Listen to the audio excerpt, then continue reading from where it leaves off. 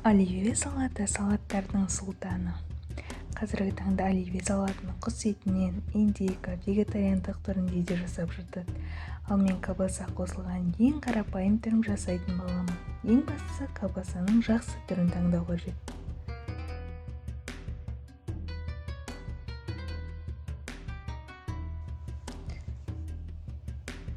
Әуелі картошка мен сәбізді суға қайнатып, жұмыртқаны басқа ыдысқа суға қайнатып аламыз. Картошка, сәбіз, жұмыртқа, қияр, колбасамызды бірдей етіп, ұсақтап, төртбұрышты етіп турап шығамыз. Осы видеода көрсетілгендей.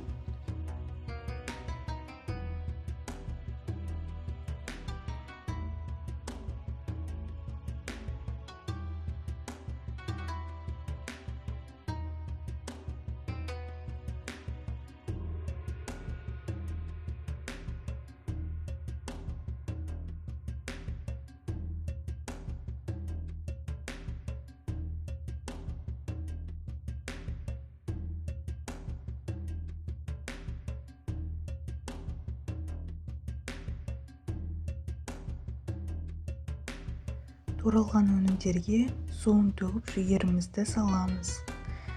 Майонезбен араластырып, дәміне қарай тұз, бұрышын саламыз.